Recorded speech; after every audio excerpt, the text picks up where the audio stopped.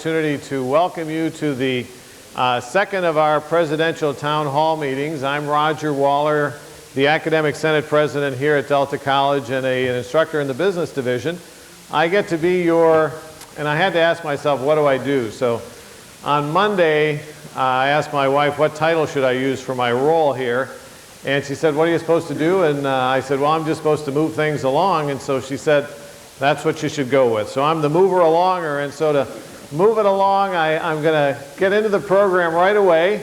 And my first overhead alerts you to Babes in Toyland. And you're probably saying, well, why am I doing that? Well, we're doing that because here in Tilly Lewis coming up on December 11th and 12th is our great program. So as you look at the little signs on the side, it gives you an idea that Babes in Toyland is going to be happening here. So it doesn't relate to today's program. So I did want to make that clear. But you do get an opportunity. It's a great program. Barbara Crocker is the director of the program, and she's in the audience. So if you have questions about this later, be sure to check with Barbara, and she can fill you in on the details about Babes in Toyland. But the agenda for today's program is, I think, hopefully relatively easy, and it's to make it comfortable for all of us. And one of the things, the goal of these town hall meetings is it gives us a chance to meet the presidential candidates for Delta College, and it also gives the candidates an opportunity to meet us and to learn about some of the issues that are important to us. And so I think you'll start to see that it's a nice exchange, and we want to make this a very comfortable exchange. Now, right now we're into the opening remarks section, and in a minute our presidential candidate will give you an opportunity to do some opening remarks, and then we're going to go into a period of 6 questions. Each of the shared governance groups here at Delta College, the Academic Senate, the Classified Senate, the Management Senate, and the Student Government, were asked to develop 3 questions that would be asked consistently of each candidate. And so the first 6 of those questions will be asked between 2:40 and 3 o'clock. At 3 o'clock, approximately, we will then have an open forum. And in that open forum, I'll be calling on you, the people in the audience, who might have a question of our candidate. Then at 3:20, we'll come back to the remaining 6 questions that have been developed. And following that, we'll go to another open forum.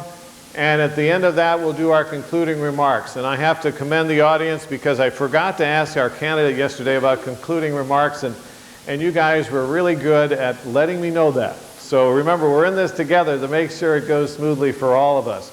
Now, some of the ground rules on the open forum part is that one of the keys is that we understand that some of you will be coming in and going out. You have work schedules or class schedules or things that you have to do. And what we ask is throughout the program is just to show common courtesy to us and to everyone in the audience as you exit or enter or ask questions. Second thing is we'd like to ask you to just ask one question at a time.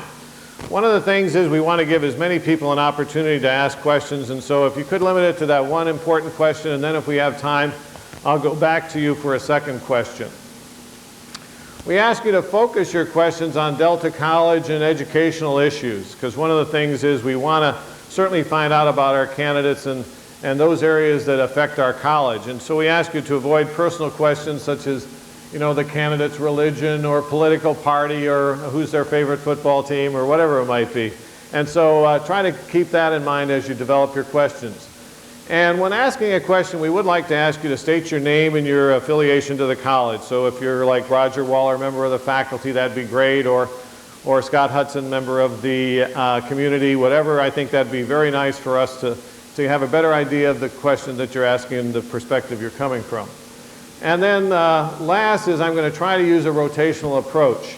And what that means is I'm not going to try to always call on faculty, even though I'm a faculty member and I may have that sort of leaning, but my goal is to try to rotate among people who represent the community, the classified staff, students, management, as well as faculty and other interested parties. So I'll try to do that to get a little balance in the questions.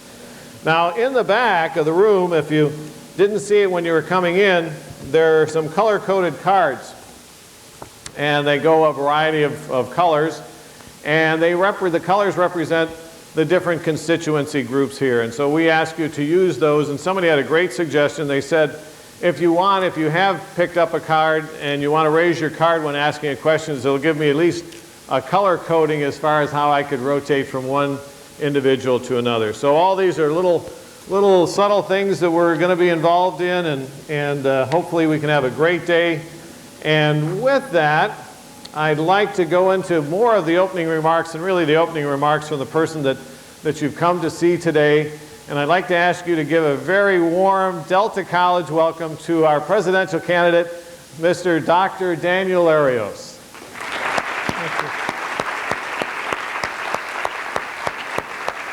Thank you. Sarah's in charge of sound? Yep, Sarah Sound. And Tina's light. Tina Light. Okay, we got to thank them too. Oh, they're great. Okay, good. I want to thank everyone in the audience and those responsible for inviting me back. I truly appreciate that. A couple of introductions, if I may. I'd like to introduce my wife, right here near the front row, Debbie Larios, right here in the front row. Debbie, raise your hand. Everybody, hello. And then Dr. Janice Immersion, who is our DSPNS director at Fresno City College and now the interim vice chancellor for educational services at our district. She drove over here on her own after lunch to support me. I want to thank Dr. Immersion for being here. So it's people have asked me many times. I grew up in Fresno, and they say, why would you want to leave Fresno? And of course, it's been a long journey. I actually this was my 9th trip in 3 months to Stockton and Delta College specifically, to make sure that it was the right fit for Dan Larios and his family. And you know, you've probably heard about my resume, and I've been a lot of places the last several years. And people ask, well, why would you want to go there? And I said, well, because it's a very warm and inviting place. I was sharing with others what my wife said earlier, that the people are very friendly here. And we were here the 20th and spent the whole day here in Stockton and Manteca and Lodi and on the campus. And she actually went back home, and I just sat back and let her talk to the children. Well, children, I have a son who's 22. He's going to be an elementary school teacher. And I have a daughter who just turned 18 last night, or yesterday. Of course, we've been dealing with her turning 18 for a year.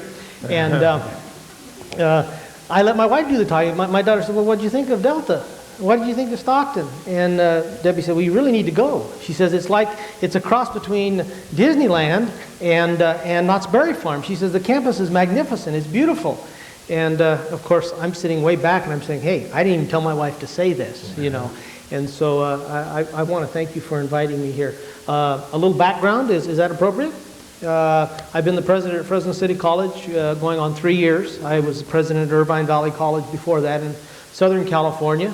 I've sort of been full circle. I was sharing that with Barbara earlier. I was born in Stockton, Dameron Hospital. It was a long time ago. I won't tell you how old I am, but it was a long time ago. And moved to Madera.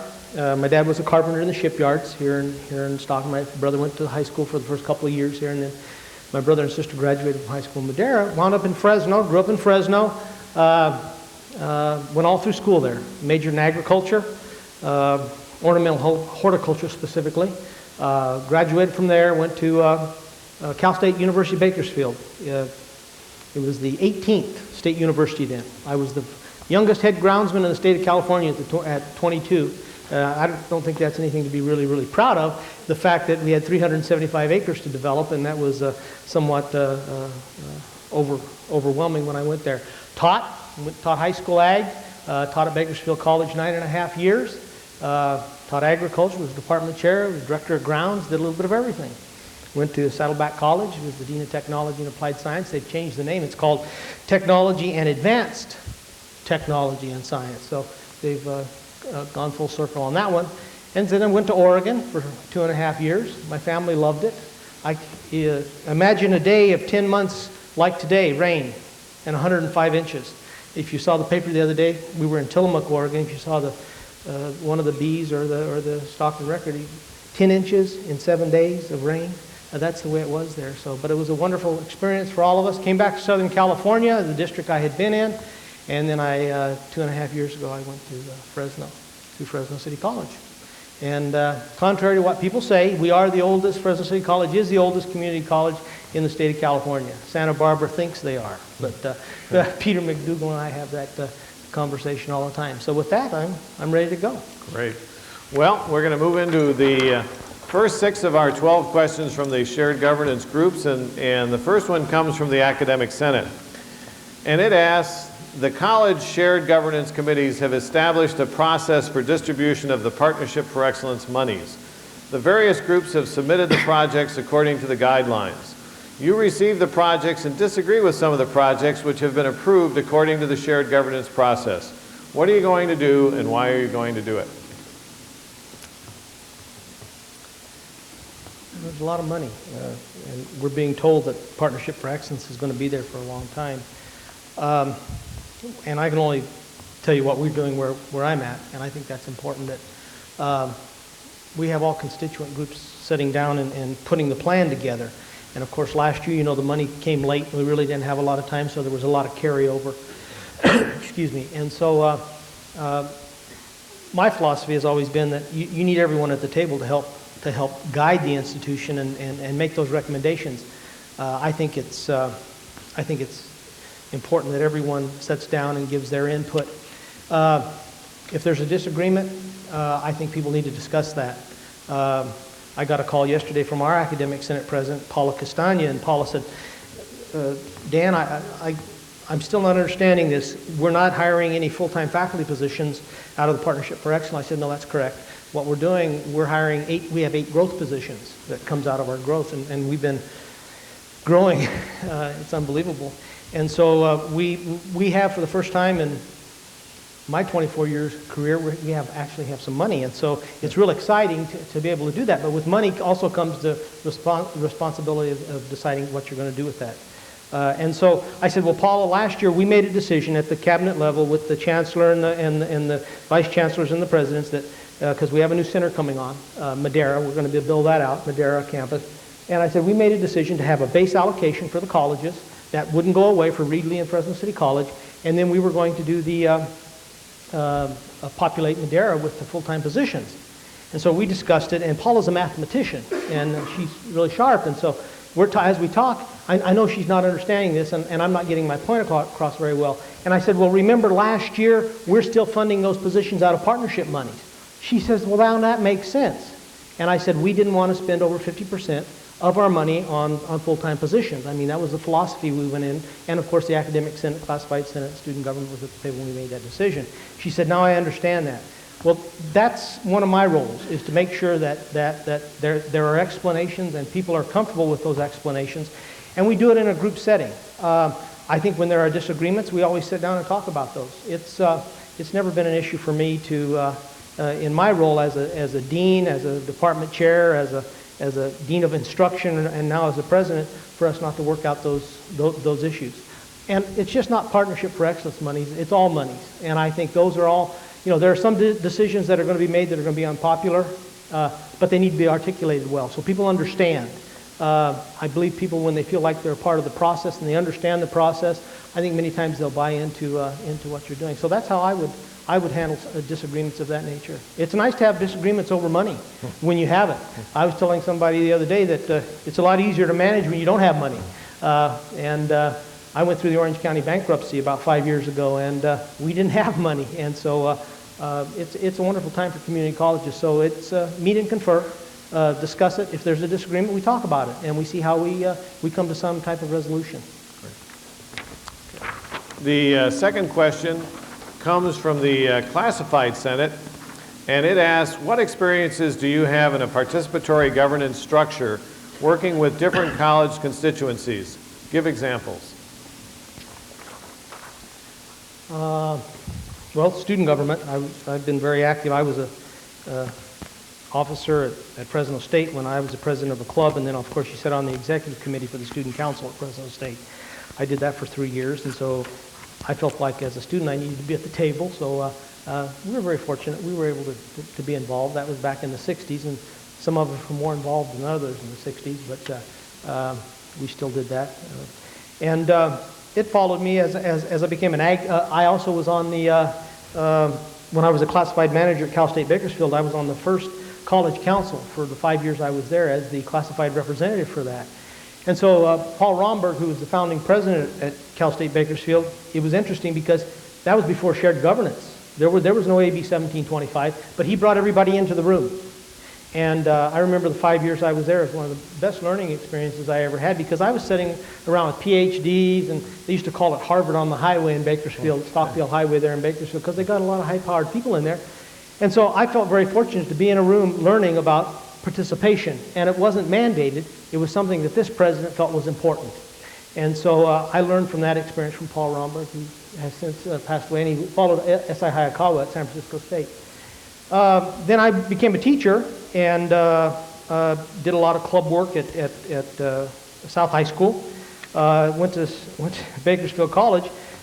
Seems I was always involved in some type of club. I was on the academic senate there. I was 5 years, 3 years as an officer, and that's when shared governance started. Peggy Buckley, who was the president of the state academic senate at the time, I served under her as her secretary. And then, of course, Tom Nussbaum helped craft that, and Patrick McCallum and others.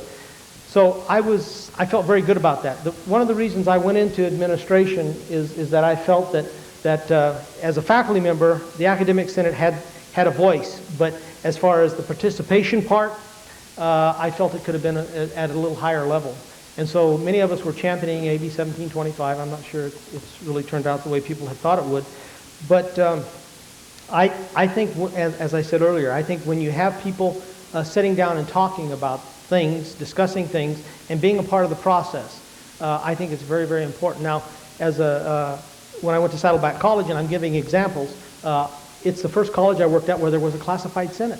Constance Carroll, who's the president now of San Diego Mesa, she had everybody in the room. I mean, it was wonderful. Like, I'd gone to, Valhalla. Here I was. Everyone was at the table. The students, student government, the classified senate representatives, the academic senate, all the deans, and there was no. I mean, it was just an open forum with structure. So I learned that she and Paul Romberg were really on the right page. That everybody needs to be at the table to know what's going on, and then we take it out and we share it with our constituents. I had the opportunity to go to Oregon, and we were one of two community colleges, didn't have a bargaining unit and/or an academic senate. Well, we still didn't have a bargaining unit when we left, but there was a senate when I left. And so I felt very comfortable helping craft that and bringing people to the table. Went to Irvine Valley College, very active senate, student government, classified senate. And as I said, when we went through the Orange County bankruptcy, and I shared this example when I initially interviewed, that we had to cut $530,000 out of our budget within a day and a half. I didn't do that by myself. The student body president, the academic senate president, Peter Morrison, classified senate president, and all the administrators and other people, interested parties, were in the room, and we made those $530,000 cut, and it was out of a $21 million budget, and it was seamless. In other words, the students didn't know that we'd cut $530,000 out of our budget because we kept it away from the classroom. Where I'm at now at Fresno City College, very, very good academic senate, classified senate. In fact, Cheryl Sullivan the other day, she came to my office. She said, "I need to talk to you about one of our members." And I said, "Okay." And she said, "She's one of our custodians, and she doesn't have money. She doesn't have this. We have money in the classified senate budget to handle that." And I said, "Well, let me think about that over the weekend."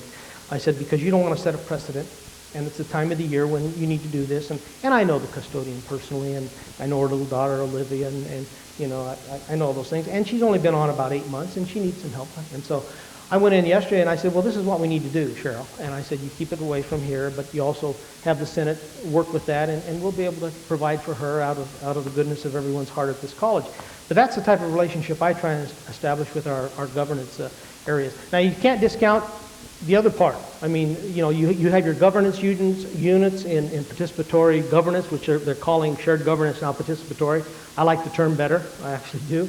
And so I think everybody, when I say everybody, our Associated Student Government, we work very closely with them at Fresno City College. We do a lot of activities. We couldn't do it without our associated students. We put on a lot of activities at Fresno City. And so they're at the table. Our student, Adrian Rodriguez, he's right there. He's sitting at the table, all president's cabinet. So those are a few examples of what we do. Okay. Our third question comes from the Management Senate, and it says, a good working relationship with the public and private sectors and community leaders within the district is critical to the future of the college. A, provide us with examples of community partnerships or collaborations that you have developed, and or B, provide us with some of your ideas regarding college/community relationships. Jeez. Excuse me. I'll probably share the most recent. Well, I'll start at Irvine. We lived in an environment, Irvine, we were 3 miles from UCI. When you live in the shadow of a large university many times, but Irvine Valley College didn't feel that way. It was a very good relationship they had. But we had a foundation, a very active foundation under the leadership of Dr. Don Rickner. And the first day I was there, he came into my office because his office was right next to mine. He sat down and he says, what's your vision for the foundation? I mean, how can you have a vision in one day, right? Yeah. You know, I don't think I've ever had a vision in my life. And I said, Don, what do you want me to do? He says, hey, this college needs to grow. Funding was tight then. All of us had been living since Prop 13. And he said, we need to get out. He said, you and I are going to go out and we're going to make this thing happen. Well, I had helped start the foundation at Tillamook Bay because they didn't have one. But it was more for scholarships and things of that nature. And Don says, we need things other than scholarships. We can provide financial aid, we can do this, we can do that. And so we just took the show on the road, Don and I. I mean, we wound up in, at the Irvine Company. We wound up with the city of Irvine. We wound up at Floor Daniel. And when they opened the Spectrum in Irvine, we were one of the 4 participants who was handed a $10,000 check just for being there, being a part of it. It was UCI, Irvine Medical Center, and us and Irvine Unified. So that was a partnership that we had with Motorola, Floor Daniel, Parker Hannafin. Those were business partnerships. What we've done and we had it with the city of Irvine. We did some joint things with their athletic facilities because we didn't have our physical plant built out. And so you have to do creative things. At Irvine, at Fresno City College, well, we started something 2.5 years ago called what we call Partners in Pride, and I can't take credit for it. My public information officer, Kathy Bonilla, coined the term. We have a neighborhood that was sort of locked and lost in time right next to Fresno City College, and if you're familiar with Fresno, we're right there next to downtown to some degree, and it's the old Fresno State campus, built in 1915. And so we bought it in 1955, and so it's a beautiful campus, as is yours. It's well maintained. And but we had this neighborhood, and we have an elementary school across the street called Heaton Elementary School. But time had forgot this whole neighborhood. They didn't have curbs, they didn't have gutters, they didn't have proper lighting, and there was a lot of drug dealing going on. And it was at our front door. Those students from Heaton walked through our campus to go home. What do? Well, we really didn't know what to do, so I got in touch with the principal at Heaton, Nancy Hensel, and I said, what did you do over on your side of the tracks, Nancy, to revitalize this? She said, we had town meetings. So what we did, we got the idea that maybe we could shame, and maybe that's not a good term, but we could coax the city fathers into doing something in that neighborhood. So we had a neighborhood cleanup. And so we got all these donations from Long's Drugs and from Hespex Distributing. He was a childhood friend. He owns a big distributing company. He provided all the meat. We got the hot dogs donated. Albertsons provided this. We did this. And the first one we fed 550 people. People in that neighborhood are hungry, okay? And they're going to be our students. And so we got T-shirts donated, and it says Partners in Pride on it, and we did this and we did that. And we got the attention of the Fresno Bee to some degree. They ran some things, and we thanked the people. So what we did, we had a town hall meeting, similar room like this. And we got our city council members, our mayor, who's very supportive of Fresno City College. We got our board of trustees. They were there, and we got the city manager. And we had a 2-hour session one evening. And we talked.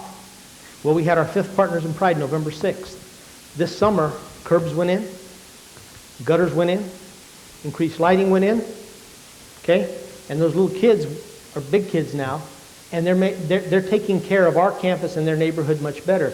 Now, and if you're familiar with flood control, They're one of the toughest things to work with because, you know, they're dealing with federal dollars and so on. And Fresno's flat, and you got to get drainage out of there. So we have what we call lakes when we come into Fresno City. Now the flood control district's on board. And with the proper bonding and funding, that neighborhood is going to be, and it's in the city. They couldn't put a street sweeper on the streets because they were oiled. And when you take a street sweeper on an oiled road, it tears the road up. Well, they repaved the roads. So that's a community collaborative partnership. We did it with the Fresno PD. Their POP team was in there, and Captain Frost was right there at the table with us. Now he's a vice captain, police chief. And so we've done a lot of things with the community in that way. I have other examples, but I'm sure you have other questions. So, okay? The fourth question comes from student government, and it says, please explain your interpretation of AB 1725, shared governance, and your experience in campus decision making. Well, I covered that to some degree. Our students are very active. They're active in CalSAC. They're active in sitting down at the table with us. The President's Cabinet, where I'm at, is the primary decision-making body, but we have, and I shouldn't tell you this, but when I went there, we had 27 standing committees at Fresno City College. I mean, that's a lot of committees, all right? And so I said, well, we're going to change this. Well, we have 33 now. And so I was unable to change that.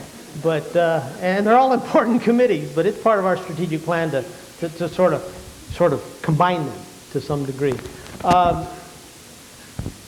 As I said earlier, I think everybody has a say in the way the institution's going. I think an institution, community colleges have a rich history in California.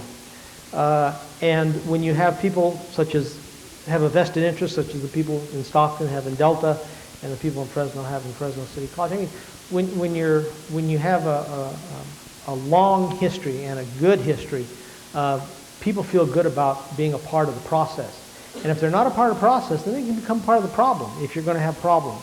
And I prefer to have everyone at the table discussing it, talking about it, and sometimes we don't articulate that well. I mean, I'll give you an example. I started April 1st of '97. I don't know what significance that was, but it was April Fool's Day. And the night before, I had gone to a board meeting at the district where I was at, got up at 1 o'clock, my wife can verify this, and drove to Fresno. And I went to a board meeting that night. So I was at 2 board meetings. And so things were sort of moving fast, and I was doing this and doing that. And it was right in the middle. You know, your budget's basically done. April 1st. And so we were still making some decisions and cleaning that up because of the May revise and some that was coming up and some other things. And so we were running through it, and we were doing this, we were doing that. And so I got a call from Roberta Baber, who was the incoming academic senate president. And Roberta said, Dan, I'm sorry. She said, but when you made those adjustments, you know, you didn't call the budget committee together. I said, oh, gee, I'd never done that in 20 some years. And I said, I'm sorry. And she said, no, I know. She said, that's not an issue.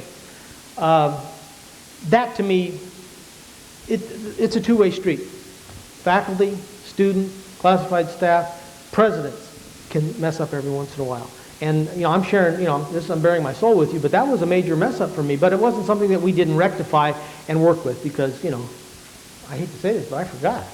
Okay, so that's, I think everybody needs to be a part of it. The fifth of these first 6 questions is back to the Academic Senate, and it asks, you have received a complaint from a community member about a particular class. The community member asserts that the instructor and content of the class are racist and sexist.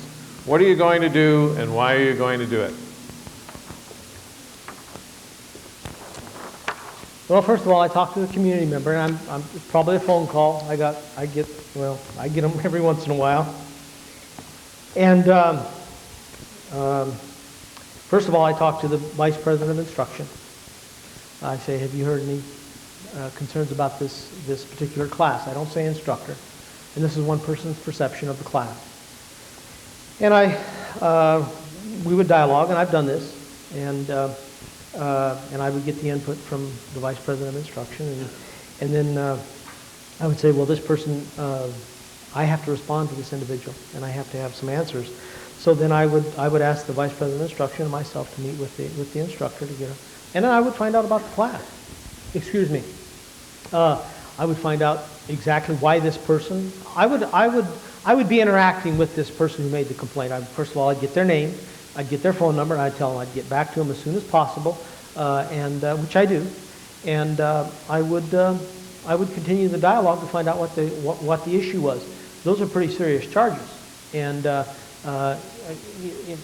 course, content. That's there are certain things that are in classes, and it depends on the class. I mean, if it's a drawing class or an art class or something that may be different than a what can I say, an auto class. I mean, I don't think you could say an auto class is racist and sexist unless you didn't let certain genders into it. But I would find out what the problem was, and I would make sure that I got back to the individual who called. Now, sometimes you'll get calls from individuals who won't give their names or phone numbers, and that's difficult to follow up on. But you still have to be prepared if that individual calls back and they say, "What have you done about this?" I got a call the other day from someone who gave me a litany of things that happened 5 years ago that predated me. But I made sure that I copied everything down that person gave me, and through a series of calls, this individual would not give my secretary her name or phone number. But over the course of 2 weeks, she finally did. I finally got back to her, and so we're looking into it. So, and I will respond to that individual. Okay. The sixth and last of this set's question comes from the Classified Senate, and it asks, what is your ideal chain of command used to communicate with you? I'm a little fuzzy on what is your ideal chain of command used to command? You mean people coming to me? Or I think it's based on my evaluation probably is how many doors are there to people get to me? you? Okay, I got that. Well, one of the things you always like to say is that you have an open door policy. Well, you do. I mean, I do. And in fact, when I shouldn't tell you these things, but anyway, when I got to Fresno City, there's this counter, and I have two great secretaries. And one she's really the president, Shirley Hamilton. She's been there 24 years, and she's a wonderful lady, and I love her. And of course, we cry a lot together about things, and she's really neat. And then I have Jane, she's wonderful too, a lot younger, and so we hit it off real well. But there was this, it's a beautiful office, and it has a bathroom and everything. But I couldn't see around this door. People would come in, I couldn't see. It made me nuts. I like to see people. I like to say, "Hi, how are you?" Somebody's asking a question, "Come on in," or whatever. So they wanted to charge me $800 to put a window in. So I waited until Shirley was going on vacation. So it only cost me $200 because they were going to have to work around Shirley, and she likes to gamble at Laughlin. So I waited till she went on vacation, and they put this window. So I have this sliding window in there. And so when people come in or whatever, I wave, or when I have a meeting, I close the window or whatever. And I don't want people to think in the audience that, you just come in with everything and say, here, deal with it. No. If there's something that needs to be dealt with in another area, I'll sit down and listen. I'll say, you need to deal with that in that area. If someone doesn't like the way someone's mowing the lawn, then I would direct them to the head grounds person or whatever. But my policy is, that's what I do. 98% of what I do is, I think a superintendent president, what they do is deal with people. And so just come on in. Okay? We're now going to go into the sort of the first of our open forum periods. So I'm going to ask Sarah to bring the lights up a little bit so we can see what's going on. I'll put up our open forum guidelines here. And my two able assistants here are, we have Diana Slauson on this side, who has a microphone that I will ask Diana to go to people. And my other able assistant, there's Tim over there, is over here with his microphone. And so what I'd like to do is see who might be interested in asking some questions of our first candidate, or of our candidate. Well, let me start over here with Manuel. Who might be second? And I'll go with that nice card way up there with the D way in the back there. So, okay. Yes. My name is Manuel Fayan, and I'm the president of Chapter 359, California School Employees Association. And my question is this, Dan. If you become president and superintendent, you'll be walking into 2 bargaining units still in negotiations for the past 16 months. How will you approach it, and how will you handle it? Well, I would have to see, what has gone on in the past, how what you've done as far as the bargaining. Has it gone to impasse? Has it gone to arbitration? Sit down with all the individuals and see what the main problems are and try and resolve those. I think, when the RADA Act was passed, the whole world changed for us in education, and bargaining is a fact of life. I was a faculty negotiator when I was a member of the Bakersfield College faculty, and I sat on both sides of the table, and I would see what the problems are and try and work those out. They're in negotiations and in faculty contract development. There's give and take. That's what negotiations are, and I would have to look deep and hard. I take that very serious. Working conditions and salaries are very important to individuals, and we need to look at that not only from a financial standpoint, but from a morale standpoint. So, I think it's something that I would look forward to getting into and working it out, and conferring with all individuals involved, bargaining units, and the board of trustees, to make sure that we were all on the same track, trying to get it resolved in a timely fashion. It seems like it's gone on quite a while. Now, before Dee asks her question, who might also like to ask a question over on this side? Let me go with Lynn right over here on this side. And then, so Dee? Good afternoon, Dr. Larios. Hi, call me Dan. Hi, okay, Dan. Thank you. That's cool. I'm Dee Brown, one of those hardworking counselors. Yes, you are. My question is, what is your opinion of the role of student services in general and counseling specifically in the community college system? Well, you were on the committee, weren't you? Yes, Good to see you again, Dee. Thank you. Thank you. Counselors in general, you want to answer? Well, as I said in my initial interview, I like to think about all as one. And having been an academic advisor for, 8 of the 9.5 years I was at Bakersfield College, I dealt with students all the time as far as in a counseling role. I think that student services and instruction go hand in hand. You can't do one without the other. The discussion, the articulation with both areas. I like to call them areas, not sides of the house. Some people like to call them sides of the house. I'm very fortunate. I have a great Dean of Students, Robert Fox, and I have an outstanding Dean of Instruction. So, and at Irvine Valley, I had the same. I had the same mix, and so it was a collaboration. The counseling and advising staff, they can't do it without knowing what's going on in the classroom, the courses that are being developed, the curriculum committee, all those types of things which impact our students and are very important. Student services is broader than counseling. Okay, it's DSP&S, it's health services, it's EOP&S, it's financial aid, it's all those things we do that allow students to go to school. We provide access for them, so to speak. The classes are something our faculty teaches and our students are enriched by. But the student service, admissions and records, some of the first people they see are admissions and records clerks, secretaries, individuals, and or counselors or advisors. So, that happy face has to be there. In other words, that connectedness, that feeling good about the institution deals with a person. Now, we can say we can do the STAR registration and we can do telephone registration. We can do all those things that are important and facilitate things, but people come in contact with people. And many of our students are returning students. Some of them are afraid. They don't want to come on this campus because it's big, it's large. We have to allay all those fears. And so student services is an integral part of everything we do. Now, counseling in California, they're faculty members. I mean, that's easy. I mean, as our librarians. And I think, but it had to be codified, 3 or 4 years ago, and they said it was that way. Well, in my way of thinking, it's always been that way, because where does teaching take place? It takes place in everything we do. Whether you're a secretary, a grounds person, whatever you do, you're teaching. Okay, I was around the campus today for quite a while, and you know, I saw interns, I saw Tim talking to students who were learning on the press, I saw Diana Lee talking to students who were working in her office.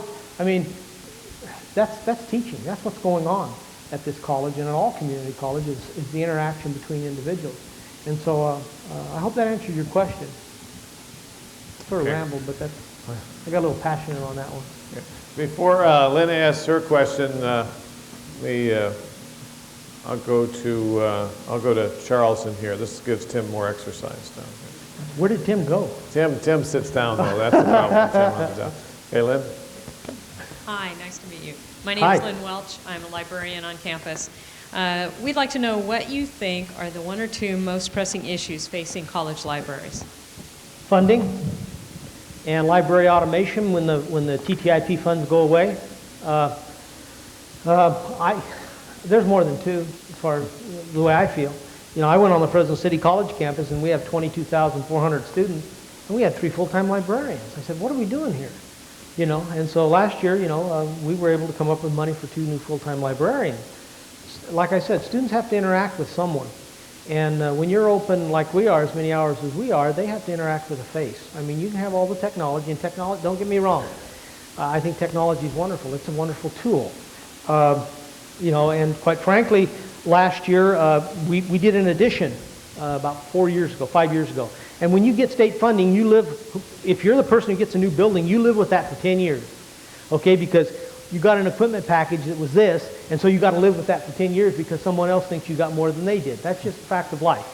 I've been there, done that. Built a $7 million technology building, and I told my faculty that that's what was going to happen, and it did. But at Fresno City College, we didn't provide a book budget of any significance for the next 2 years. That's wrong. Okay, that's wrong. The Academic Senate came and said, we need a book. I said, absolutely. So we pumped it up to 25,000. We'll probably go to 50,000 this year. I think many times we lose sight of the fact that book collections, library collections, periodicals, all those types of things are things that are, it's a continual cost. It's a fixed cost.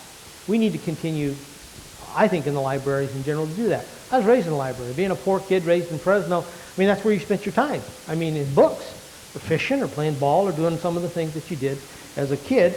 And, you know, I gained a great appreciation for that. But and then library automation. We need to continue that. We need to lobby at the state that the TTIP funds that are designated for library automation don't go away. And this lady down here, and I need to thank Janice for that. She's doing some things at the state level to try and get that to not go away, and we need to continue to do that. So, and then automate, and then technology. I mean, we need to make sure that the libraries are hooked in. One of the things that I did when we did get on the internet at Irvine Valley College, I searched the World Wide Web library. That was my passion. When I had a few minutes, or I was serving as a night dean or something, give someone who was ill, and I would stay on over at night, you know, and do that. I would. That's what I did. I researched libraries, and so I think the technology is an integral part of that also. Okay. Before Charles asks a question, I'd like to call on that person that will be next, so Diana gets some exercise here, going up the stairs over here. So. Good afternoon. I'm Hi. Charles Jennings. I teach in the music department, and I'm the president of the California Teachers Association chapter. So my question is, San Joaquin Delta College is regarded by the faculty as a fine place to work, although one problem has significantly affected staff and faculty morale.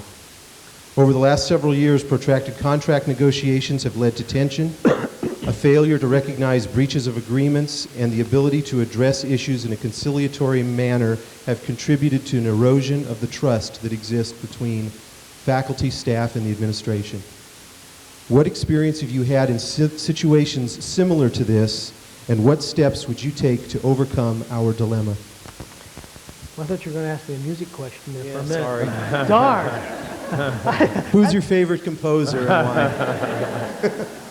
Can I say Billy Joel? Sure. Is that okay?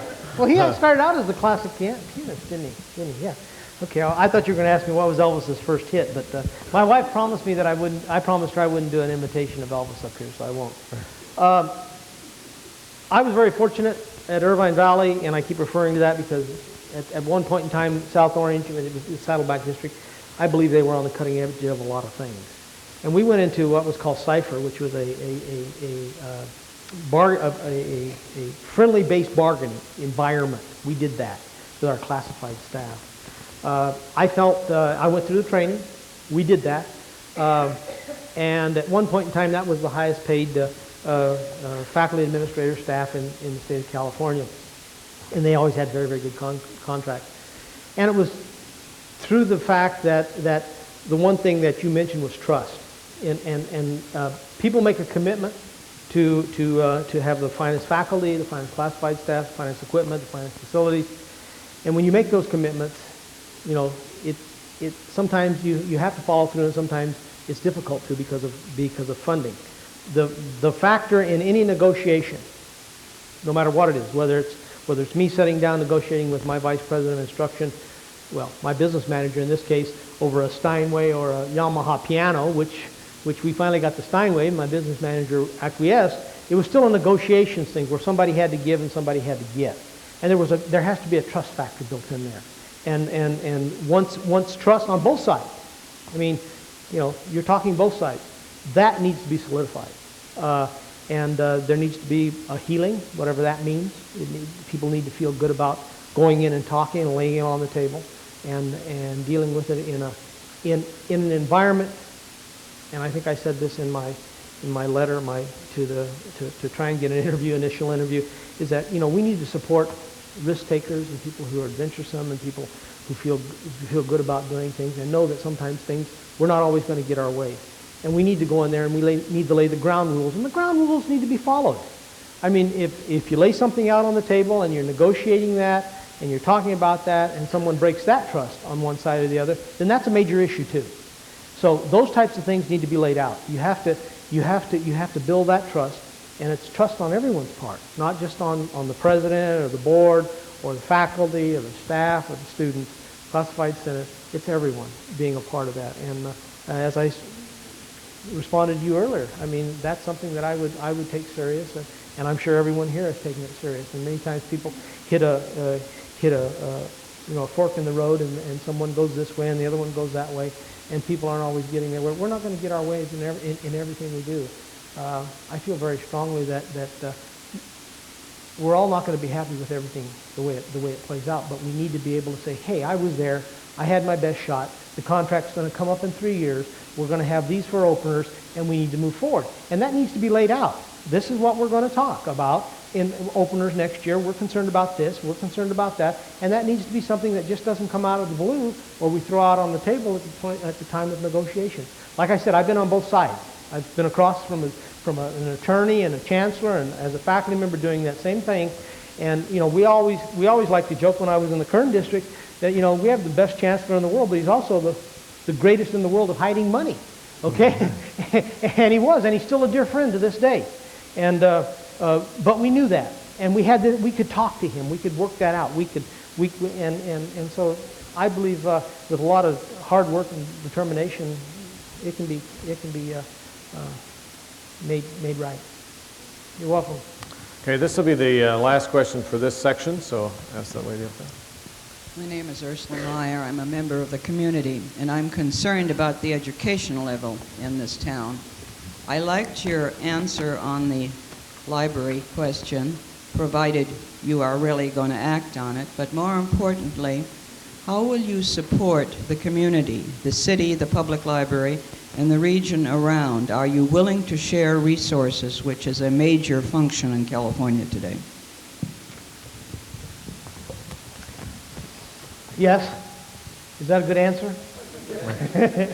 I think that community colleges, wherever they're located, cannot be insular.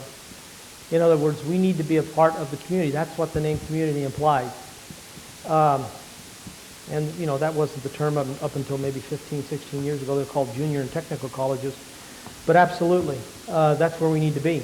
I'll give you an example. We saw a need for some of our students who wouldn't come on the campus. They were our welfare to work students. And we saw a need that they needed transportation. 40% of our students at Fresno City College take public transportation. What we did is we started talking to the mayor. We started talking to FACTS, which is the rapid transit system. But they were running at 7 and they were closing down at 8 at night. Well, that wasn't conducive because we run classes from 9:30 and 10 o'clock. Plus, Our students didn't feel comfortable coming on a campus of 20-some thousand students, and they felt like at a disadvantage. So through a lot of hard work, and we're still feeling some of the stones in our shoes, so to speak, we opened what is known as the Manchester Educational Resource Center. We offer classes. We've gone into the credit arena. We still offer it to our welfare to work. But more importantly, it's an area where students can go and feel comfortable in a smaller environment. It's the main hub for the entire city of Fresno, all 400,000 people in the city of Fresno. It's the main hub. Students get to get there, and the buses start running at 6 in the morning, and they start shut down at 10 at night. That was working with the mayor. That was working with our board of trustees, and our chancellor, Dr. Bill Stewart, gave us the green light to go into Manchester, which was a mall that was dying.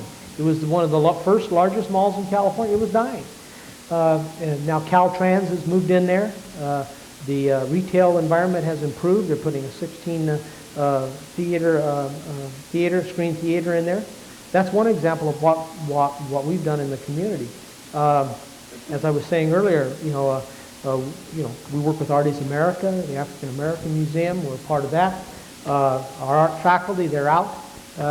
We have a wonderful art gallery on our campus where we display not only faculty but student art.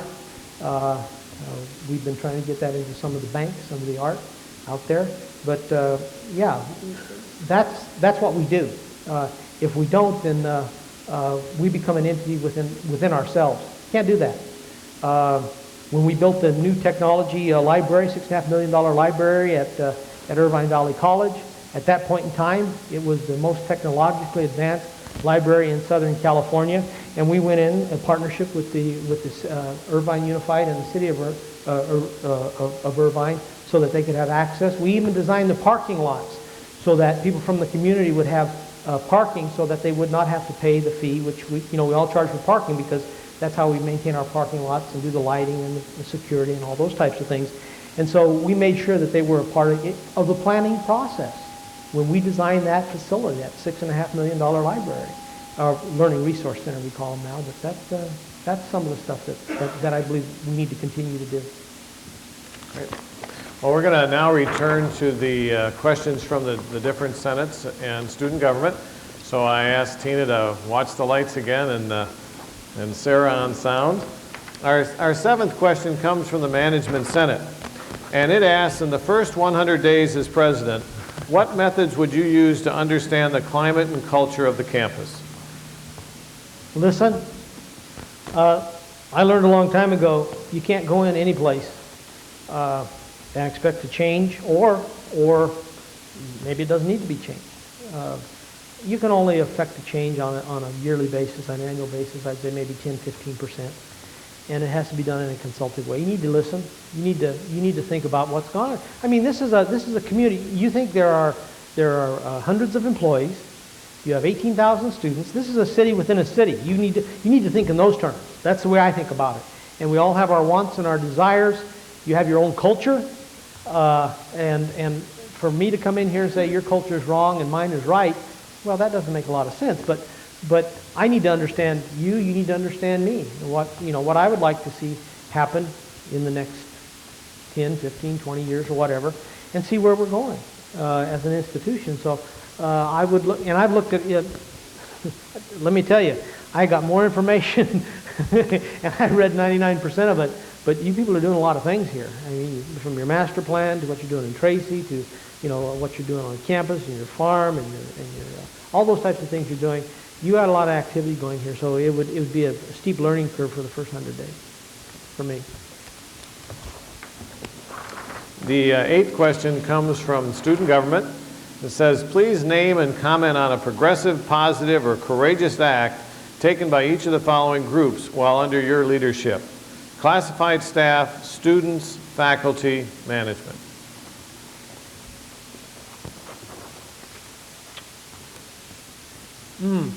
Classified staff. It was a classified faculty combination, and then I'll do purely classified. We live, like I said, I lived in Orange County, South Orange County. It's a pretty affluent area. And of course, I couldn't live in Irvine, so I had to live in Mission Viejo. But anyway, that's another, cost of housing is very expensive there. But there was a faculty member who was also the DSPNS and EOPNS director. And then, of course, we had classified staff in his area. And then we identified 800 people who were on public assistance. Now, you wouldn't think that in Irvine. Of course, you can be in denial in the community, too, that you don't have those types of issues. And so what they did, they got together, we got together, and we put together holiday baskets. I mean, we're talking holiday baskets. I mean, this individual's name's Bill Hewitt. I mean, he's a promoter. And so what he would do, we would put this whole thing on for the entire, we would identify our students, and then he talked me into, well, several things he talked me into, but this one, for the 2.5 years I was there, for the 3 Christmases I was there, I was the Santa. And we not only provided for over 250 of our, 250 students, I mean, that's a lot of families that we provided, they had to go out of there with their arms full. And we provided also their children with the Christmas stuff. That, in that community, for us to take on that challenge in a community that feels that we don't have this problem, I thought that was pretty courageous. Now, our classified staff, we've kicked it up a notch. We've done the same thing at, and classified primarily done that at Fresno City College. Students, they're a part of all that. In other words, our associated student government, where I've been, they were always involved in doing something. Well, Partners in Pride, for example, under the leadership of Gurdeep Sahota, who's our interim college activities director, they're the primary movers and shakers behind the Partners in Pride thing I just told you about. They're out there actually doing it, working in the community.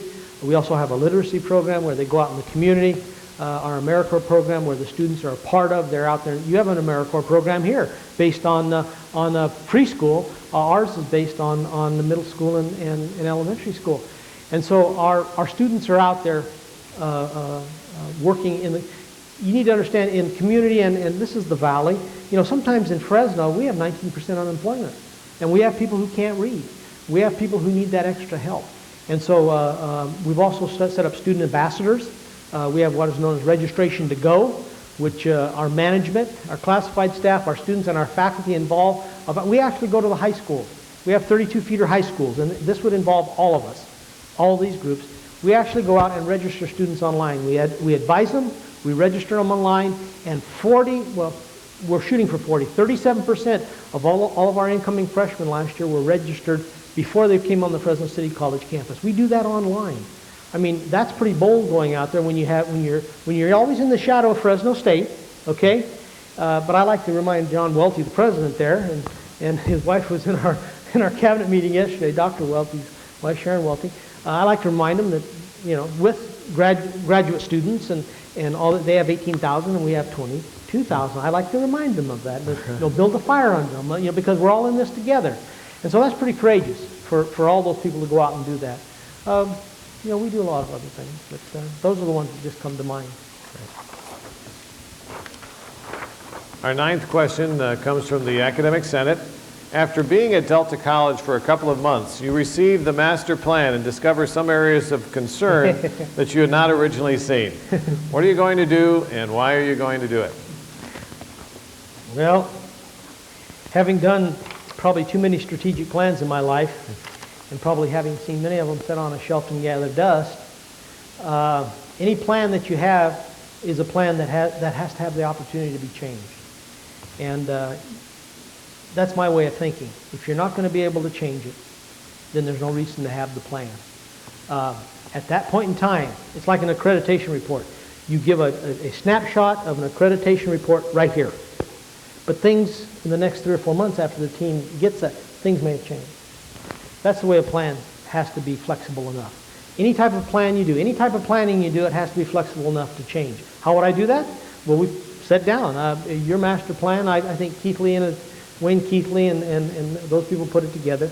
I think we sit down and we review it. We go over it with the various groups who have a concern, or I may have a concern with it, and we open it up for discussion. There's nothing cast in stone. I don't, I have to look at it this way. We can become the Titanic, right? Or we can become and this is a bad example, it's the only one I can think of, Amazon.com, okay?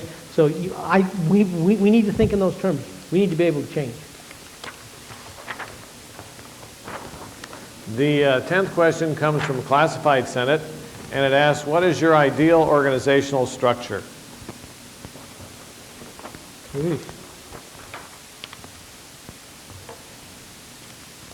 From a management, governance, participatory, are all those included in that? Okay, I'll take a shot. I'll take a shot.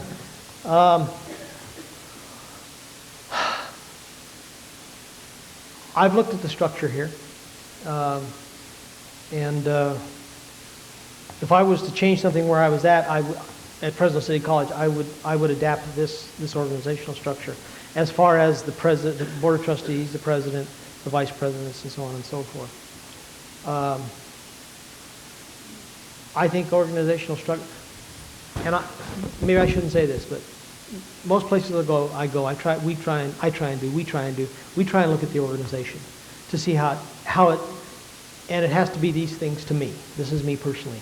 It has to be student focused, user friendly, and student oriented, which to me equals student success. Now if it's not organized and it's not meeting those goals, then we need to look at the organization, try and change that. And sometimes it's difficult because, as I said earlier, we all have our own cultures, and many times the organization is. Let me give you an example. I'm in an environment now where many of our services are centralized. I've always been used to decentralized services, where it's the president, his staff, so on and so forth. It's taken a big time for me, that's the wrong word, but it's taken me some time to work within that culture, which I can function that way. Organizationally, I don't think that's a good way to be. I think when you have centralized functions, you miss some of the things that you can actually do under people's leadership. I think people need to be able to express their leadership and their ability to do that. And as I said earlier, I support risk takers. We need to be able to talk about that. I'm not into micromanagement. That's not my style. People need to be able to know if they fail, that's okay. How big did you fail? I mean, Edison failed a lot, okay? And a lot of other people failed in their experiments. But I think, I don't know what the ideal organizational structure is, but I think yours, and you're going to be facing this. I mean, you're going to be facing this. You have a Tracy Learning Center coming online, and your organizational structure is going to have to be adapted to fit that change. That's going to be a change. I mean, that's just the way it is. And people are going to have to start thinking in those terms. Now that I think about it more, this is a very good question, because you're going to have to start thinking about change as far as your organization is concerned. And, eventually when that becomes a college, or if that's what this district wants, do they want it to become a college? Or is it going to be a multi-campus district? Those are other things that would affect the organization. So,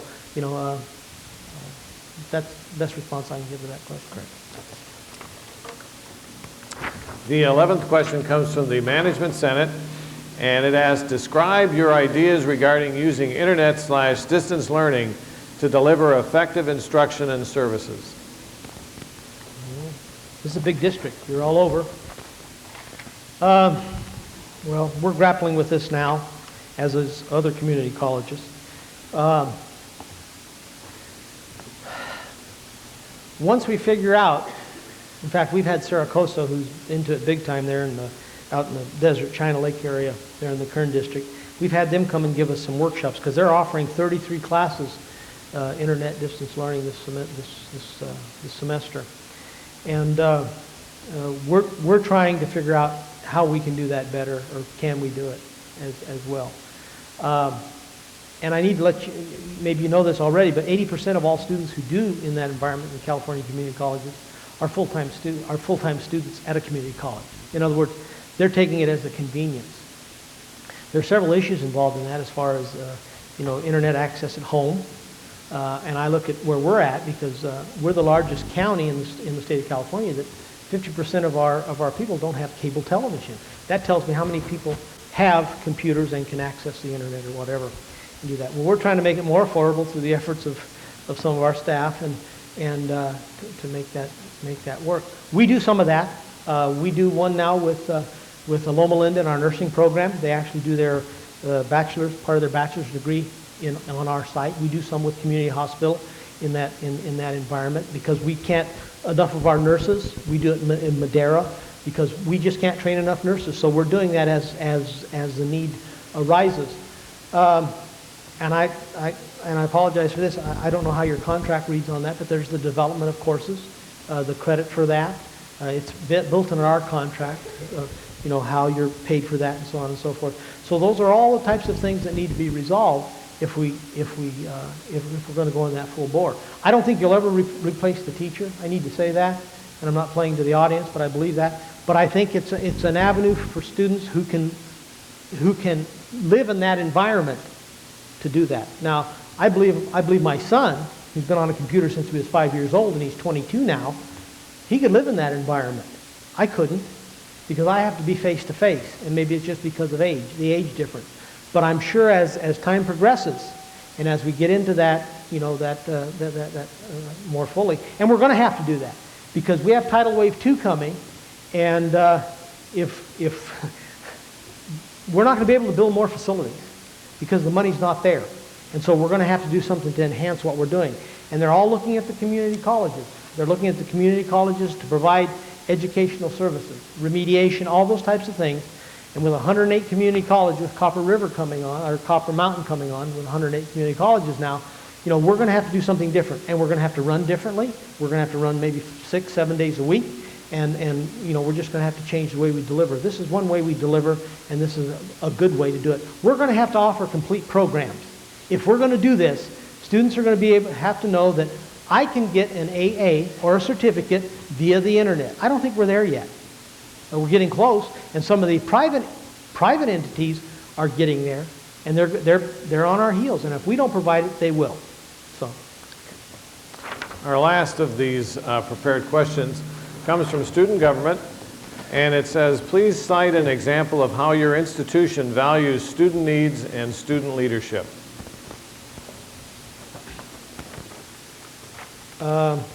And this is my philosophy, and I believe it's the philosophy of the college. Students come first. I was very fortunate to live in many different cities and in different environments, but we have to put the student first, their needs first. And their needs are different. I mean, they're varied. I like to say this. I didn't coin this term. A friend of mine and a former employee coined it. That our non-traditional student is now our traditional student, and I think the student needs come first. And look, I mean, like I said, this is a small city.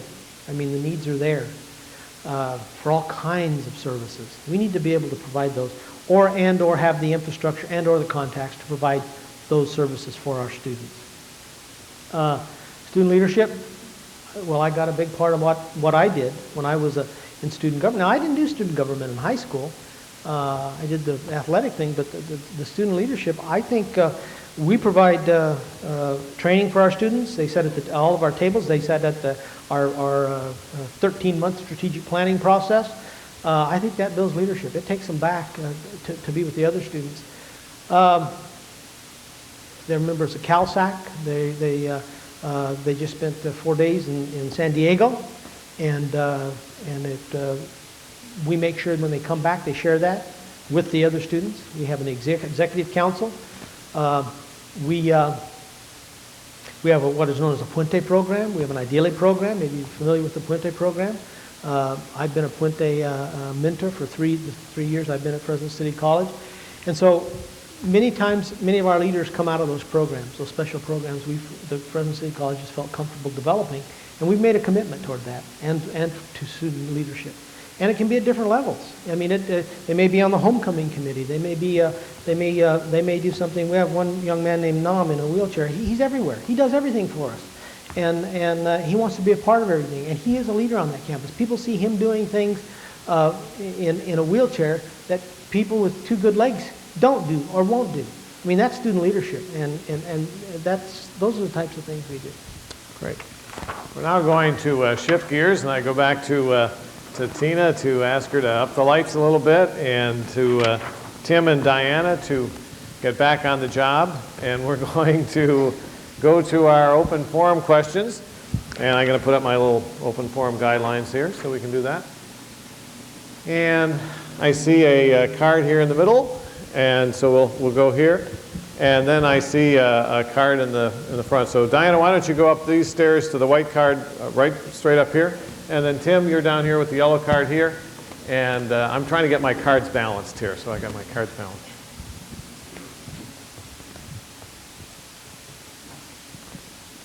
Hi, Dan.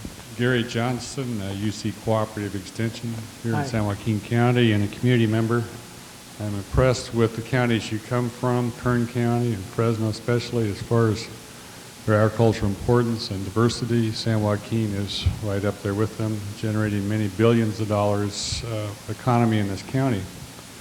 But one of the things I think is really unique from the area that you've come from is the Delta that's here in the county, the key waterway transfer area, habitat restoration. We're in a county with over 100 endangered species that are going to challenge both growth and agriculture to adapt and coexist. As president, what role do you see that Delta College can play in being creative and helping to augment the jobs and the technology that's going to balance the needs of agriculture and the needs of a developing and growing county? Okay. Well, water to the Central Valley is king. I mean, there's no doubt that the water comes to the Delta, and that we're concerned about it coming where we're at now, getting down there to do what we need to do. Industry is full of all kinds of environmental concerns for me, and it should be for the state of California.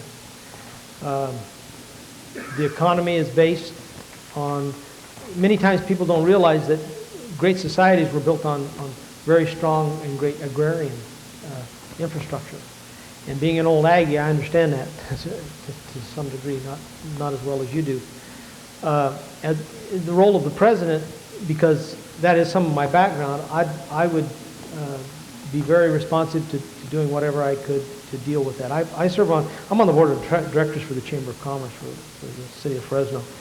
And we did a retreat 3 weeks ago, and one of the first session in the morning was a 3-hour session on water concerns for the Central Valley. And the Delta was brought up. I mean, how the water comes down and how it's diverted, and all the dealing with the species and the possibility of industry and trying to get out of this anywhere from 12 to 19% unemployment. That's a tough balancing act, especially when you read all the reports, and all the reports are saying that the next major boom is the Central Valley. This is part of the Central Valley. And people are going to build homes. You drive. I mean, my wife and I came the 20th of this month, spent a weekend here, and I said, well, we're going to get there someday, and we just kept driving, and we see more houses, and we see houses here, and we see houses there, and it's on former farm ground. I mean, you go out to Tracy, you drive there, and you see, of course, you see some garlic and some other things growing there, but then you see developments going in. And as that spreads, the farmland goes away to some degree. The water quality becomes, I don't know what it becomes. You have to put in sewer farms, you have to put in infrastructure, all those things with growth. Then you have to provide jobs.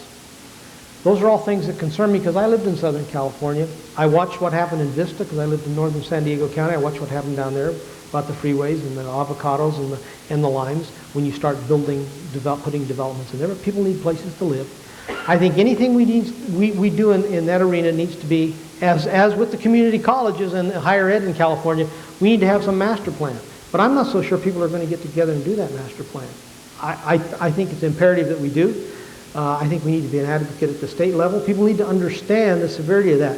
When I sit in a room with people in Fresno who don't want water meters because they want to be able to... We lived in a brown water environment in Vista, California, my wife and I, my mother, my 2 children, on a half acre where we literally flushed the toilets with brown water. That's what we did because our allotment wasn't where it should be for the size of land. People have to realize that water, and it's becoming less and less, snowpack's becoming less. Let me give you another example. UC Merced. They're going to put in UC Merced. They're going to build that, open it by 2004, and they're dealing, where are they going to put that? What are they going to do with the vernal pools? What are they going to do with all these other types of things? That we're doing pockets of development here and pockets of development there.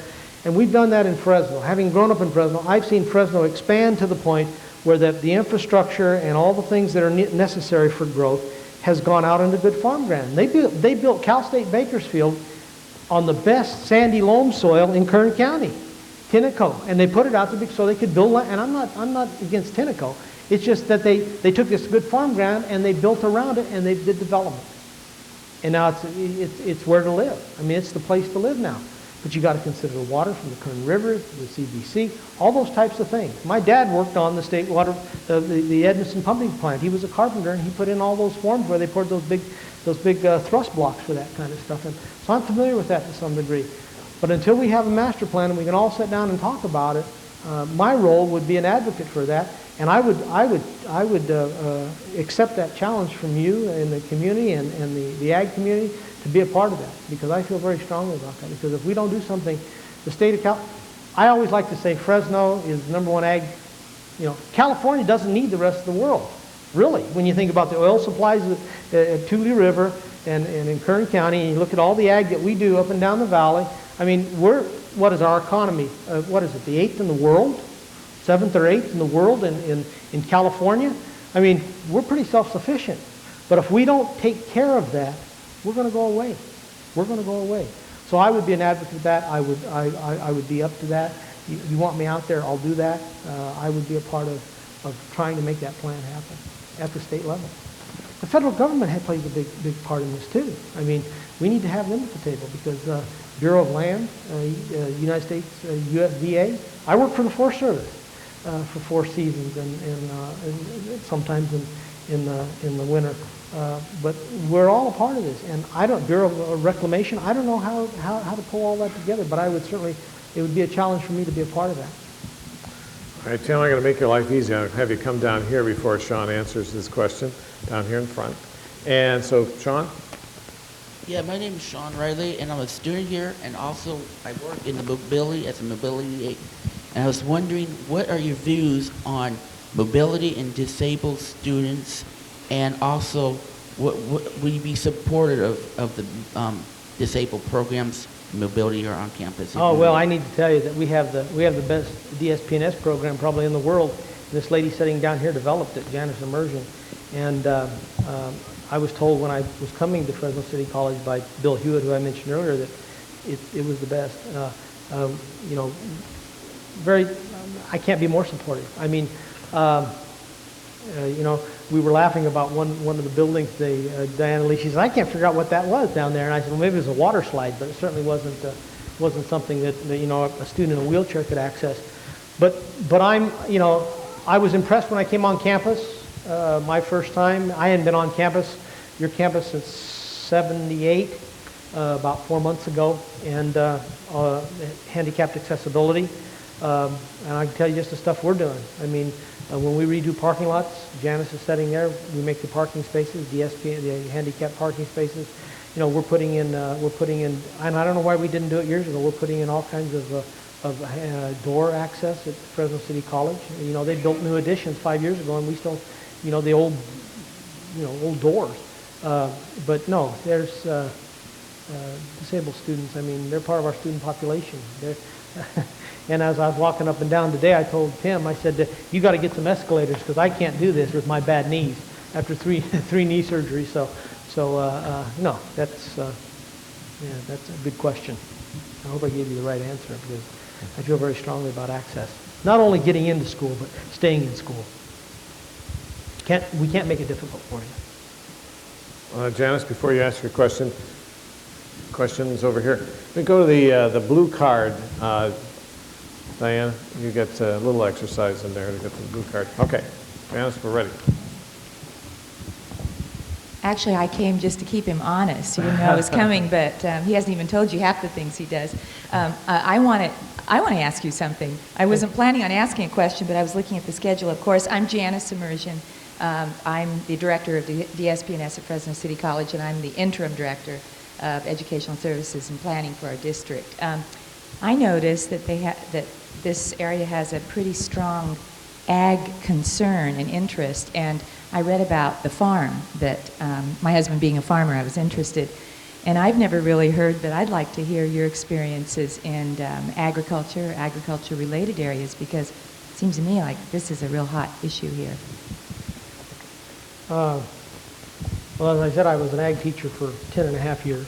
I taught high school ag, and I taught at Bakersfield College. And of course, my field was ornamental horticulture, and that's landscaping. But when you take your first teaching assignment, you know, I taught animal science. I taught it all, and I spent about 15 years at the various fairs in the counties dealing with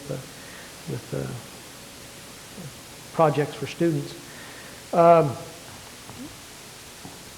My biggest dream and concern when I was at Bakersfield was that we have some type of a farm facility for our students. We went into a relationship with the University of California, Kern High School District, and us to build what was known as an Ag Center.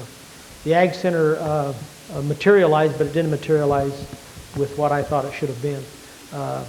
We had Ag Advisory Committees. It took us 9.5 years to get to that point where we actually got the land and were able to put something up. And the high school has their school farm. The community college doesn't have much of a presence there anymore, other than some turf plots and some other things. But you know, my background has always been ag-related in some form or another. And with I've seen your farm. It's 160 acres.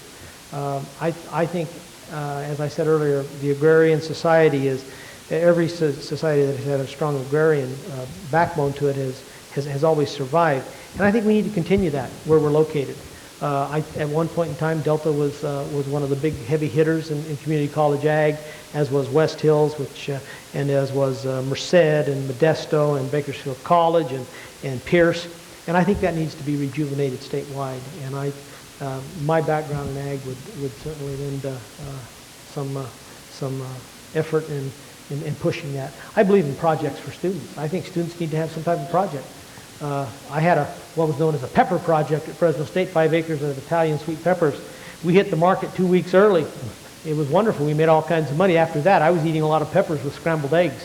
And so also did a cotton project and some other things. And of course, I'm still a licensed contractor and have been since 1976, landscape contractor. I maintain the license. I always like to say this in case I lose my job and I go back and do landscaping. So I still maintain that. I'm active in the CLCA, California Landscape Contractors Association. So I have a little background in ag. Okay, great. Big interest of mine. Great. Before Alan asks his question, Tim, how can I make your life easy? I think we'll just go to Dan, and that'll be the last. Unfortunately, that'll probably be our last question. So, Alan. I'm Alan Hitt, programmer analyst in Management Information Services. A short two-part question. One, why Delta College? And two, I notice you've moved around some in this decade. How long, if you became president, how long would you like to stay at Delta? Why Delta College? That's one of the questions I had. Yeah, it's very stable physically. You've had good. I think I saw Mr. Ubarian here, Bob here earlier. Looks like he's left. You're solid financially, and there are some districts in the state of California that some of us wouldn't even apply to go to. I've always liked Delta because I was on this campus when it was first completed. We used to hold our state ag meetings here. And I was always intrigued with that. In fact, up until I donated all my slides, my landscaping slides, to a library, because I used to teach landscape design, Delta College, I had about 160 shots of this college showing the various architectural, your ponds and all that kind of stuff. So I like that. I was born here, didn't live here long, and I want to stay in the Central Valley. It's 2 hours from where my brother and sister still live. And my wife's mother passed away April. My mother passed away in May.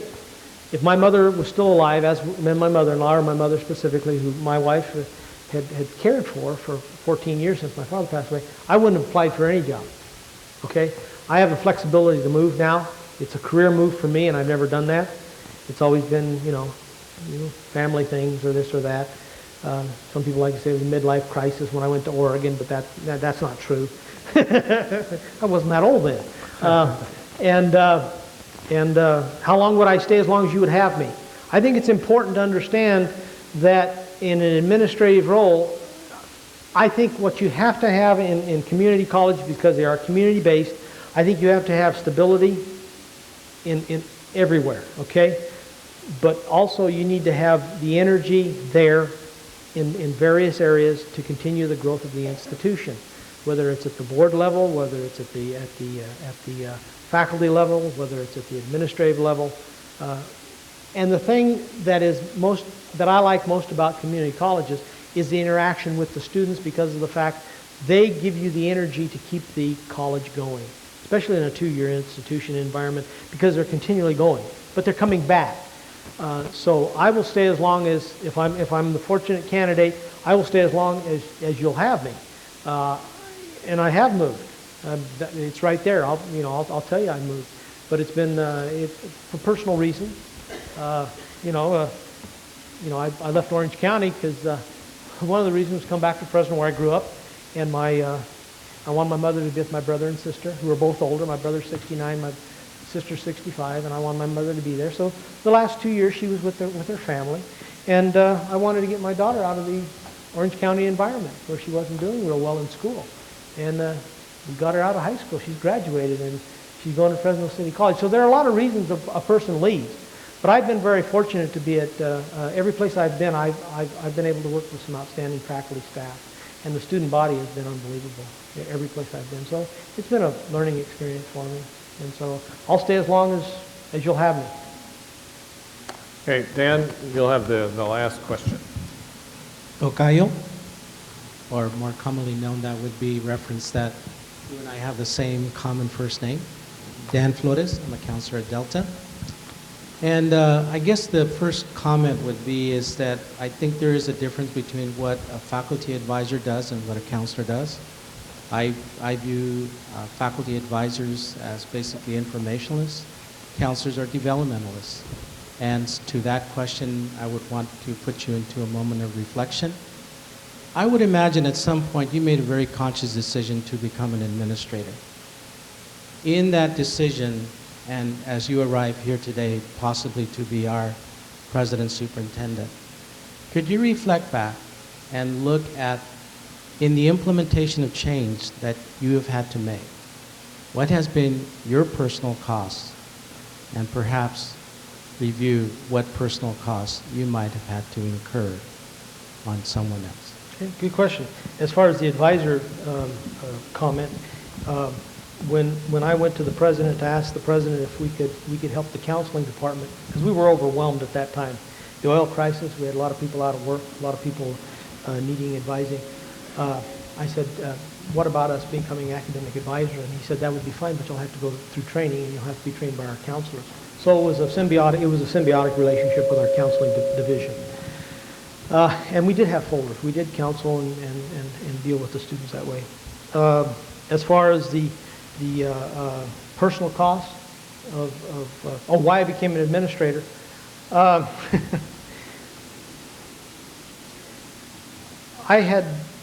was very fortunate to have been hired by a man who had been an instructor, a coach. He was the founding president of Moore Park College. He was a track coach. And he was someone I respected very much by the name of Dr. John Collins. And when he hired me, he said, you're coming into a college, and it's one of the finest institutions, one of the oldest in the state, and and he assured me that it was going to be a wonderful environment, and it was, and he was very student oriented. I learned a lot from him, as I did Paul Romberg, as I mentioned earlier. He decided to retire, and anytime there's change, and I was very proactive in the ag community, very proactive with the ag department, trying to get the farm and other things we were doing. We had the first computer center on campus back when you used K-Pros. Probably some of you don't know what K-Pros are now, but we did that, and they were state of the art at that time.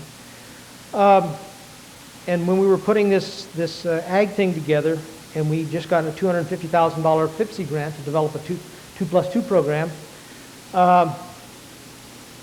I thought it would be something that would be embraced by the administration. But it wasn't. It was something that take the money, and when the program dies up, when the money goes away, then the program dries up. I'm not into doing that. Never have been. When we do something, when we get a grant or we do something of that nature, we go in it with our eyes wide open to institutionalize it. We don't take the money just to take the money.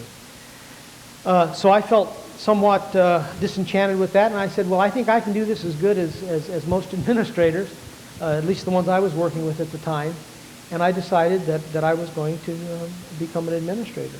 I was a department chair for 5 years, which was a quasi-administrator for the ag department, so I was ag department chair. And then I started applying around, and I just happened to be able to get an administrative position at Saddleback College, which was, I was there 6.5 years, and it was an outstanding environment to learn in and to work with some great people. Some of the personal costs that's cost me, I don't know. I try not to equate things or put value on things. When I went to Oregon, I left because I thought it was a change for the family, and this is one example. I took a $40,000 cut in pay to go to Oregon because I thought it was the right thing to do to get the family out of the environment we were in. I was commuting 100 miles a day from North San Diego County. And I guess I was trying to capture my youth when I grew up in Fresno. Now I've learned that you can't do that. Tillamook was a wonderful environment. My son was an outstanding athlete.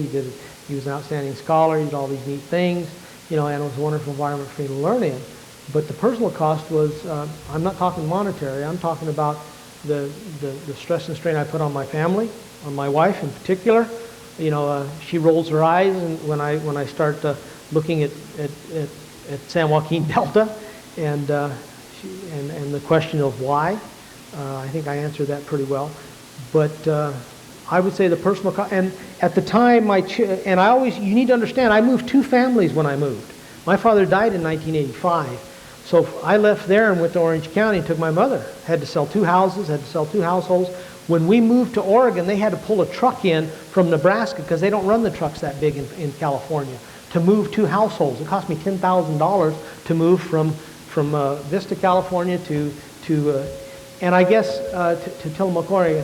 And I guess the personal sacrifices and or the things that it's, as I was telling Debbie, there's a lot of mileage on this old carcass. There's a lot of miles on me. But I've never lost the enthusiasm to take it wherever I've been. And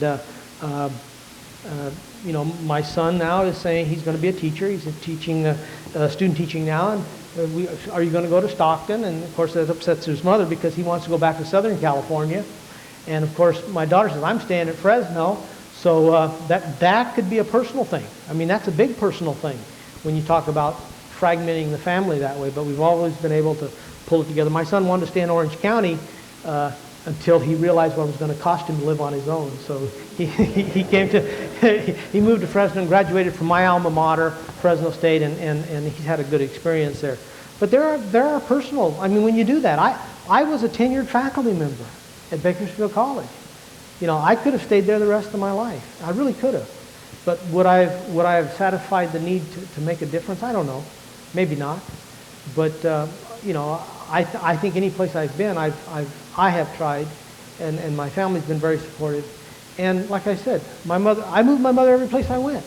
She lived in the house most of the time with us. I converted a garage in Vista, an 800 square foot apartment for her, and she was 5'1", and so I made everything was low for her. It was like a cute little house for her, And so every place I've went, we've done that, and we've kept the family together, and that is the most important thing to me, is keeping the family together. So there are some personal costs. Yes, that was a good question. Very good question. Hope I answered it. Now, Dan, before I call on you for concluding remarks, let everyone, this is the alert, that I do it right today, that I do want to remind you about the cards in the back. Gives you an opportunity to make comments on the candidates, and the cards are color-coded, so check the signing out there if you haven't already picked up your card. Fill out the card and drop it in the basket, and those cards will be returned to Diana, and they will get to the Board of Trustees. And so I know that at the end of Dan's remarks that we'll provide him with our warm Delta round of applause. But Dan, I really want to thank you for being here and like to call on you for any concluding remarks. Well, one thing I didn't say is that I try and emphasize the team concept, and that's a well-worn term, but we've been very fortunate to have, I like to say everyone has coalesced into the concept of what team is. And if the team's all going in one way, the team's going to be a winner. And I think it's important that any place we've been or I've been or anything I've done is that you build a cohesive team. I think Delta College has that. Debbie was remarking to me. She said, "Those people are so friendly. You know, those people are so friendly." And she was going back to the hotel as we were running back so I could shower and shave and get back here and put on my band and get all the foo-foo on. So. I could be up here in front of you, and it would be a wonderful place to answer your question, maybe in my career. But that doesn't mean retire. You know, I went to work for a man one time. He said, "I want to retire in this job." Well, he did retire in that job, and he's still in that job. That's wrong. That's wrong. And so I think it's really, really important that what you see up here, well, I didn't do Elvis for you because my wheels aren't what they used to be, this is it. I mean, I'm not going to change for the audience. And I'm very high energy. You know, I'm to work early, I leave late, but I still factor in all of the kinds of things I like to do with my family. My family is very, very important. And one of the questions is, you know, what would you do your first 100 days? I would listen. But I would also say that, you know, we have to change. All of us have to change. If we don't change, I mean, when I went to Fresno City College, there were divisions not talking to one another. When I took over the grounds department at Bakersfield College, there were groundsmen who hadn't talked to one another in 20 years. 20 years. 5 years later, they got the board award for the outstanding board award, and they'd never gotten that before. People have to be willing to change. And I'm reading a book now, Who Moved My Cheese? Anybody read that book? Who Moved My Cheese? It'll take you 40 minutes to read. It's a wonderful book. My business manager brought it to me because sometimes he gets so frustrated because he's from the private sector. He said, "I want you to read this. It's about these mice wanting to, and these two little people wanting, and they don't want to change. But the one mouse decides to change." It's a wonderful story if you have the opportunity to read it, but change to me is a challenge. And I want to let you know that I like doing that. I like working in an environment where people work hard, they're committed, they trust, they're willing to work it out so they can build the trust or build it back. It's there. It just has to be rejuvenated. And we need to all be up to the challenge. And I want to thank you for having me here.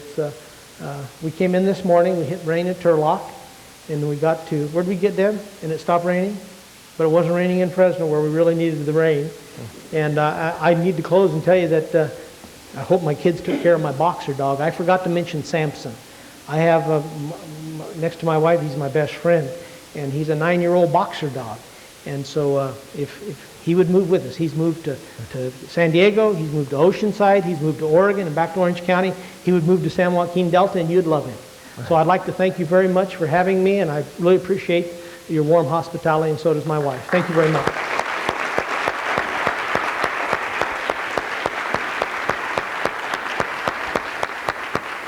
Well, don't forget, we'll be back here for the next 2 days at 2:30 also, so you're all welcome back. Thanks for coming.